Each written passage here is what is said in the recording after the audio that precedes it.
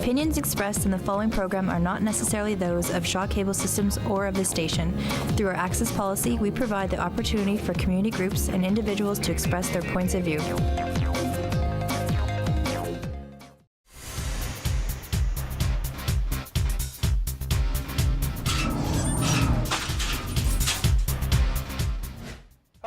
Welcome to the Huddle. I'm Scott Taylor. That's John Mackey, the Technical Director of Football Manitoba, and I am wearing my St. Vital Mustangs hat today. It's the St. Vital Mustangs episode. It's almost the St. Vital Mustangs episode, but there's a couple of things we slipped in. Dave Beakley is back to talk about powerlifting, to talk about how kids can get bigger, and Dave is certainly an example of a guy who got bigger. Yeah. I remember when he was a little guy. And 190 pounds, I think he was at a half. That was at the U of M. Yeah. I remember back when he was a teenager and he wasn't that big. Wow. Beeks was a little guy, but Beeks is huge now at 255 and as strong as an ox. And he was the 2010 strongest man in Minnesota. Minnesota. That's amazing. Isn't it? That is amazing. It's pretty amazing. Dave Donaldson is here at What the Ref. We'll have some fun with David again. Absolutely. It's more fun with David as a referee than he was as a football player. He was a pretty good football player. Now he's just another referee. There you go. And it is St. Vital Mustangs Week. We have on so many Mustangs. We've got the Boers Booms here with us. We've got Matthew Koneski's with us. We've got so many Mustangs. I got to keep wearing my hat. So it's kind of Mustangs Week. 65th year anniversary. 65th year anniversary. Yeah, that's what I was thinking of the Mondays because, of course, Simon and his wife are putting on that big dinner. And it's really amazing how the program has started. You know, like they've have a rich history with the program that they have, and it's amazing to see how it's progressed. And you know, it's good to see 65 years. They're really trying to promote this, and why not? You know, 65 years is tough to have as a program and as a club. So congratulations to the president, Chris Simonson, and Craig Baczynski. He's always been a good friend to Football Manitoba, and I'm really proud of them. Absolutely. So it's Mustangs Day in a small sort of way, along with Dave Beakley and Dave Donaldson. This is The Huddle. Come on back. We're going to talk lots of football. It's community created on Shaw TV. Hi, I'm Andrew Harris of the BC Lions. You're watching The Huddle, community created on Shaw TV. It's The Huddle on Shaw TV. And we're glad you could join us this week. One of my favorite people is back to talk about training, not on-field training necessarily, but the off-field training that is absolutely necessary if you're going to take the game of football to your next step. And it's Dave Beakley, who's from Explode Football. And Dave, we talked last week about what Explode does and the kids you have in the program. But I'd like to start this one by having you explain to how you got from a 190-pound defensive back to a 255-pound guy who won the 2010 Strongest Man in Minnesota competition. How did that happen? What kind of work did you do? It's a lot of work. The funny comparison, you talk to people dieting to lose weight, and they tell you how hard it is. If you're dedicating yourself to gaining weight, it can be equally as hard. Mm-hmm. There's because when you talk about gaining weight, you're not talking about this. You're talking about this. Everywhere. Yes. I mean, you do sacrifice some of your body composition a little when you're trying to go up. You don't want to get it out of control. Definitely not. I don't have the same waistline as I did when I played ball, but you do sacrifice that when you're trying to go up. Funny quote that I heard not too long ago is, the meal's not over when you're full. The meal's over when you hate yourself. And there are days where... Heard that before. Been there. Yeah, exactly. And there literally are days where you're like, I can't have this meal. But I have to. If I want to reach my goals, I have to get this in me somehow. And I've never done it, but I've heard of guys chicken breast in a blender just so they can drink it faster. You mix it with broth so it goes down a bit easier. And, you know, that's the environment at McDowell's Gym where guys are dedicated to, whether it's going up or we've got bodybuilders cutting weight right now, guys dedicated to, and women dedicated to their goals, where nutrition and dedicating your time in the gym is what gets you to those goals. I've read in a lot of places, and people talk about the amount of intake you have, but if you're doing the training that goes with the intake, that's the purpose of it. And what was it, Michael Phelps, something like 300,000 calories or whatever, some ridiculous number, but he would basically train and eat, and eat. That was his whole schedule. Yeah. I mean, every time you lift or, you know, you're doing some sort of cardio or GPP, you're burning calories. If you're trying to gain weight, you need to put those calories back in you. You know, sometimes you're training 2 times a day or 3 times a day. Swimmers have pretty crazy schedules, sure but every time you do that, you have to replace those calories on top of another meal just for your daily nutrition. So I'm a football player. I'm playing Bantam football. I want to play it midget. I'm a defensive end. I like my position. I like the job. But I'm 6'2" or 3, 200 pounds. I got to get to 240. If I'm going to be good at what I do, Yep. I got to get to 230, 240. What do I need to do? Number one thing with young guys, especially young guys, is breakfast. I'd say 80% of guys, when they first start training with us, they don't have breakfast, or they grab a granola. Like that 50, and I was the same way. That 50 minutes of sleep before the bus comes means more than getting up and making a meal, It's true. right? It's true. So 2 things that we have guys do. If they're trying to gain weight, they'll have a shake before they eat breakfast. So it's like a pre-breakfast. Then they have their breakfast. It's eggs, like oatmeal, some sort of carbohydrate. What I used to do, and it worked for me in high school when I was trying to gain weight, I'd steal leftovers from supper, put it in the back of the fridge so my brother and sister didn't get it. And that way I knew I had some sort of source of protein and some sort of slow-acting carb that I could have in breakfast, whether it was a leftover burger patty and some pasta, something like that. So I could still get that a little extra bit of sleep, heat that up, and eat it before I go catch my bus to school. So breakfast is one of the most important things. It starts. Think of it as starting your engine for the day. It turns your body on. It gets everything going. You don't have that, and we ask them all. 10 o'clock comes, that first break in the day, they're ready for a nap. Why? Because they didn't turn their engine on. Breakfast and then snacks throughout the day. You know, there's always time for a shake or an apple between classes. Then make sure you eat your lunch. You know how many times with your kids alone, they come home from school and you check their lunch and there's still half a sandwich and a snack left in there, right? You got to make sure you eat that. It's not there for show and it's not there for trading, obviously, which happens a lot too. For trading. I traded lots of snacks when I was in school. But, you know, they have to eat that. And, you know, after school, you have another snack. It can just be a couple pieces of fruit or another sandwich. For the guys that are hard gainers, you know, like a peanut butter and jelly sandwich. And then again, that weight in the gym. You got to lift heavy. You got to lift correctly so you don't get hurt, but you got to start lifting heavy. And, you know, that's your body's going to react and say, hey, if this is what you're doing to me, I'm going to defend myself. Right. And the fastest way to defend myself is to put more meat on my bones. And routinely, we see guys go up 20 pounds. Evan Gill, D lineman with who's just huge now. Is and massive. Just looks great. He was 240 when he came to us in grade 11, and by the time he graduated high school, he was 265, and now he's between 280 and 290, and still, you know, low body fat, yes. rock solid. Rock solid. He's still fast. You know, a lot of people are concerned if I put on weight, I won't be fast. If you put on weight and you're training properly, you can maintain your speed and get even faster. Absolutely. You're going to come back and do this again, aren't you? Anytime. Absolutely. Dave Beakley from McDowell's Gym and Explode Football. Tremendous stuff. Not only was this guy a defensive back, he was also the 2010 strongest man in Minnesota. Dave's going to come back and join us again. We'll talk more about training. This is The Huddle, community created on Shaw TV.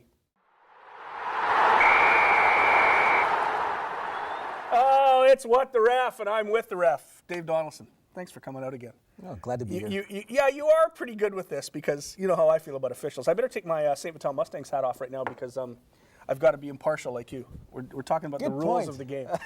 and as much as I like to see my old friends win games, we have to be impartial. Absolutely. And I got to ask you this question. It's got to be difficult for you. I guess maybe less difficult than a lot of guys because you didn't spend your entire career in one place. Right. But there are teams you played for. Yeah. There are guys coaching in the league now that are friends of yours. It's got to be tough for you. Well, you know what?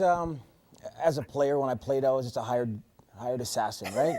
So if my best friend was playing against me, which one guy was, Mike Crum, he had a broken arm. Hey, I threw him under the bench. I don't know what he's doing on the field with a broken arm. So by any means necessary when you're a player, right? Same thing as a ref. I'm on the Stripes team, and the 7 guys that I work with, they're my teammates, and everybody else is the enemy. Okay, one of your enemies, guys who get penalties. And one of probably the most devastating penalty the team it's called against is holding, both offense and defense. Let's talk about holding today. Well, holding's a 10-yard penalty. Yep. So yeah, that's a huge infraction. 10 Sure yards, is. it'll cost you every time. But the black and white definition of holding is when a player encircles the opponent's jersey and doesn't allow him to get going. That's the black and white rule. Holding the other opponent when he's trying to make an attempt on the ball. Now, I guess my question is this. When you're in the trenches and it's the offensive guy and he gets inside on a guy and he maybe has his jersey a little bit in here or maybe he gets his hands up underneath the shoulder pad, is that holding or is that just part of the game? Well, you know, that being said, I think holding happens on every play, to be quite frank. Exactly. By definition, because the black and white rule states what it states, right? But it's for us as officials to interpret the rule and to not call it every time we see it.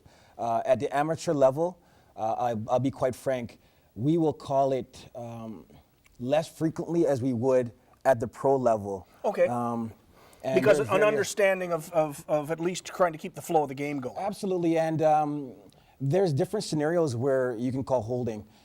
You can call it on punt team. So on special teams, you can call holding. So that can go for amateur and pro. But when you're talking about tackle to tackle, 5 linemen on the line, let's say guy's trying to get to the quarterback, the defensive lineman, and as he's getting by the guard of the tackle, on his way to the quarterback, he's already about to get him, he gets yanked back, right? Well, or he gets pulled down. Or he gets pulled down. Moreover, that's more, gets almost pulled down. every time when a guy's pulled down, it's a holding flag. You have to call, that's something that you have to call because, and again, it's my interpretation, and everybody has their own interpretation, but it's pretty consistent. That affects the outcome of the play. So you got to make that call. Now let's say the play is going toss weak to your side, and the tackle on that side happens to do the same type of thing, but the guy's already running 4 yards upfield. Yeah, that's holding too, but why would I call that? Because it had nothing to do with the play. It doesn't impact the outcome of the play. Right. So that's one scenario where you have to use your interpretation because again, the rule states holding is when you encircle a player and don't allow them to get. But there's different scenarios, and you got to use your common sense and your interpretation of the rule. What's defensive holding? Well, same. You were a defensive back. Well, you know what? You were good at it. Oh, you remember. Well, then we call it illegal contact on a receiver. Right. And I was guilty of that quite a bit. But I'm proud of that because, at the end of the day, you got to do what you have to do. Absolutely. Rather that than 6. So I'll take that, and my teammates will take that anytime. I would hope, anyways. I would hope so too. When we come back, we're going to talk about something different on the next edition. This is What the Ref. Dave Donaldson, our referee from the Canadian Football League, CIS. He's done it at every level, and he's played at every level, and we appreciate him coming on. When we come back, we've got lots more. On The Huddle, it's community created on Shaw TV. Thanks, Dave. That was good. Thank you, dear.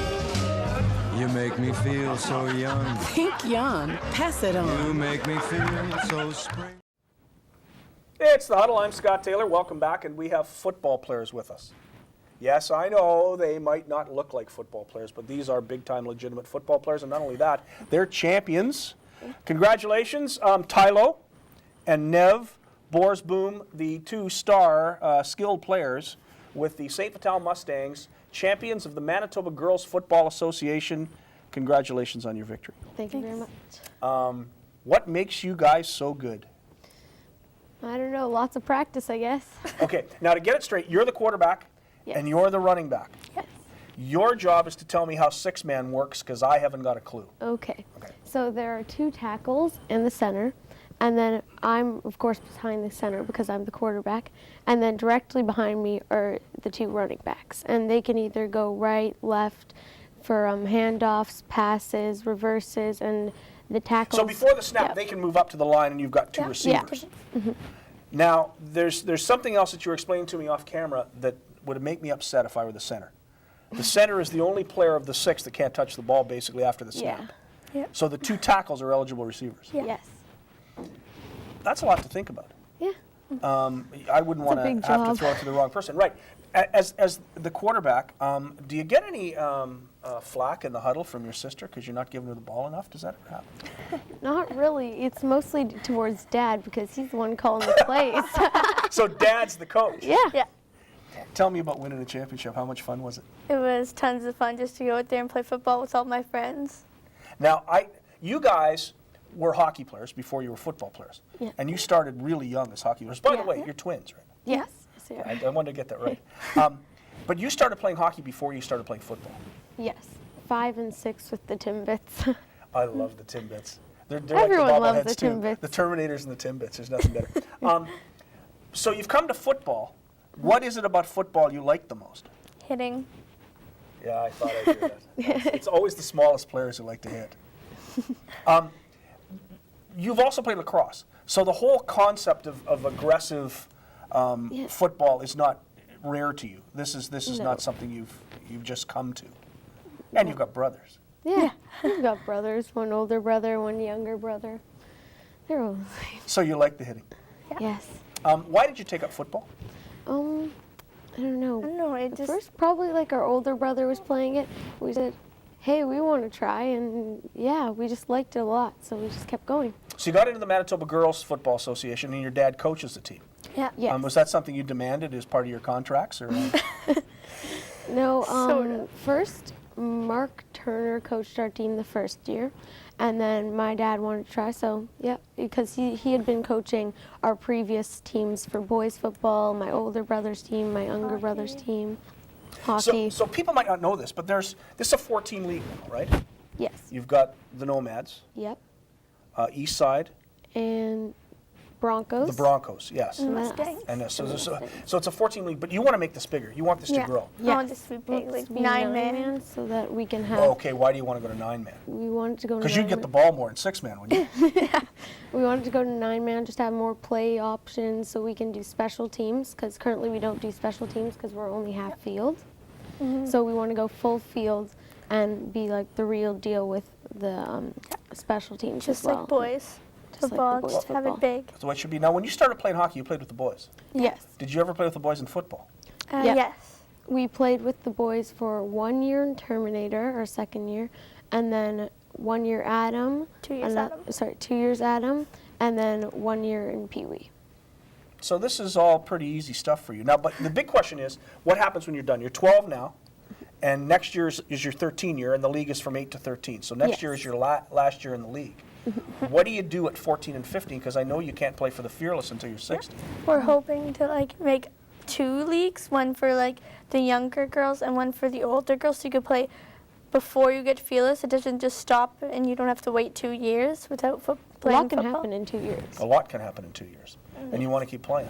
Yeah. Because I know there's a couple of 16-year-olds who are playing Fearless, and they like playing, but they didn't have that opportunity for a couple of years in the middle, and to kind of set them back. Congratulations. It's great to be a champion, isn't it? Yeah. Isn't it fun to win? Feels good. Yeah, Hard it's work always pays great to off. win. The St. Vital Mustangs, the champions of the Manitoba Girls Football Association, Tylo and Nev Borsbooth. I got it right, and I pronounced the name right, and I feel so much better. Mom, your braces look great. The girls were tremendous, and they are champions, and it's great to have them with us. This is The Huddle. I'm Scott Taylor. We'll be back. It's community created on Shaw TV. Great job, great job. Got one play, so let's make this count. I touched the ball before it went out, Coach. Come on, Alex, the ref did not call that. I touched it. It's their ball. Don't foul them when they inbound. Alex, good call. Sportsmanship. Pass it on. It's The Huddle, community created on Shaw TV. I'm Scott Taylor, and with me is Greg Borsboom, the head coach of the St. Vital Mustangs, champions of the Manitoba Girls Football Association, and, more importantly, the dad of Tylo and Nev, who we just had on, and were charming and wonderful and tremendous athletes. And how much fun is it coaching your daughters at football? Oh, it's awesome. I mean, that's one of the reasons I do it. I mean, is to be involved with them and have that opportunity, you know. And I mean, all their friends are great. I mean, we've recruited a lot of girls, and it's actually been tremendous fun. Now, we talked with the girls a little bit about playing 6-man, and you were really into the idea of making it 9-man football. Yeah. I'd love to. Why do you want to do that?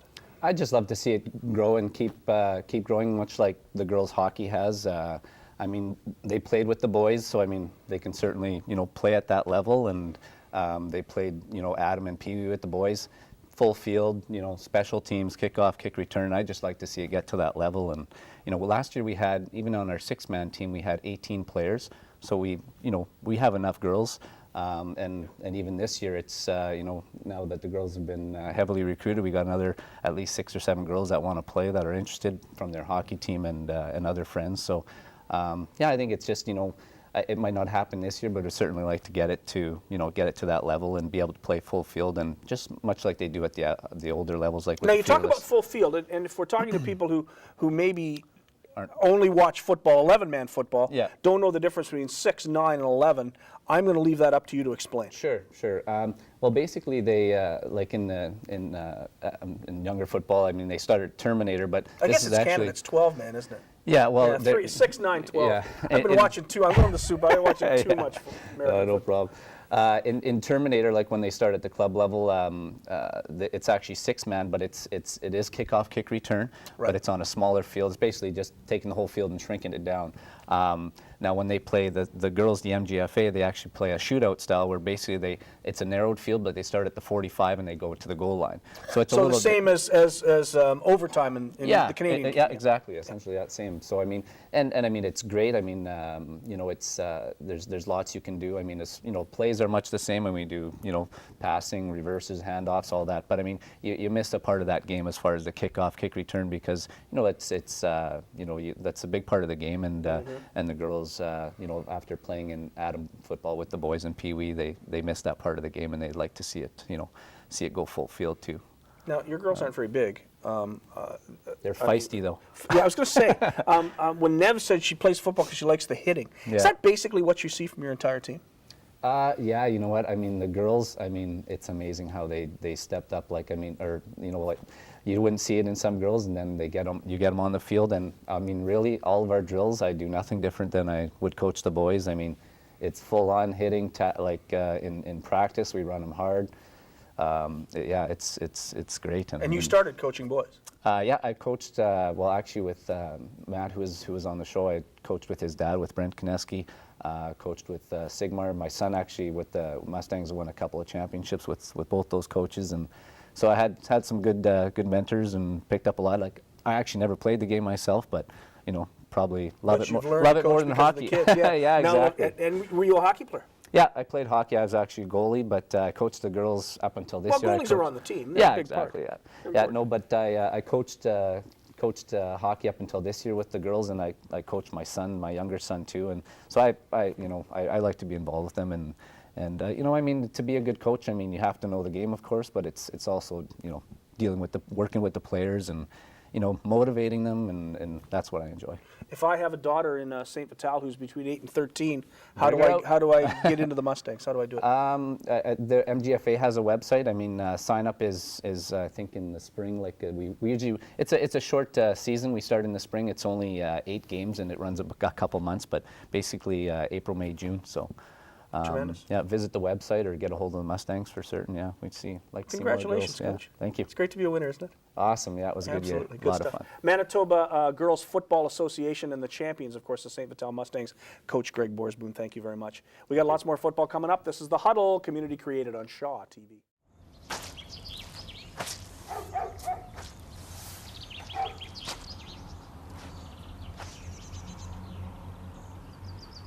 Hi.